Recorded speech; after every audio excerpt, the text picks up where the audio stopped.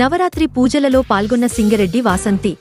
దసరా నవరాత్రుల సందర్భంగా నిర్వహించే దేవి శరన్నవ పూజలు ఈరోజు 31వ వార్డులోని కెడిఆర్ పార్క్ శివాలయం హనుమాన్ యువత నిర్వహించిన పూజలలో మాజీ మంత్రి సింగరెడ్డి నిరంజన్ రెడ్డి సతీమణి సింగరెడ్డి వాసంతి బాలత్రిపుర సుందరిగా అవతరించిన అమ్మవారిని దర్శించుకుని ప్రత్యేక పూజలు నిర్వహించారు. ఈ సందర్భంగా వాసంతి మాట్లాడుతూ నవరాత్రి ఉత్సవాలు ఎంతో భక్తిశ్రద్ధలతో నిర్వహించుకోవాలని, అదేవిధంగా మన సంస్కృతి సంప్రదాయాలకు నిలయమైన బతుకమ్మ వేడుకలు ఐకమత్యంతో నిర్వహించుకోవాలని తెలిపారు.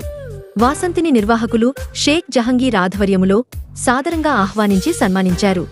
సింగరెడ్డి వాసంతి వెంట నందిమల్ల అశోక్, చిట్యాల రాము, మందరాము, అనిపటిరాము, సాయికుమార్, సాయిలీలా, లలితమ్మ, నిర్వాహకులు కార్తీక్, అరవింద్, ఆనంద్, భరత్, ఉదయ్, నవీన్, వివేక్ ఉన్నారు.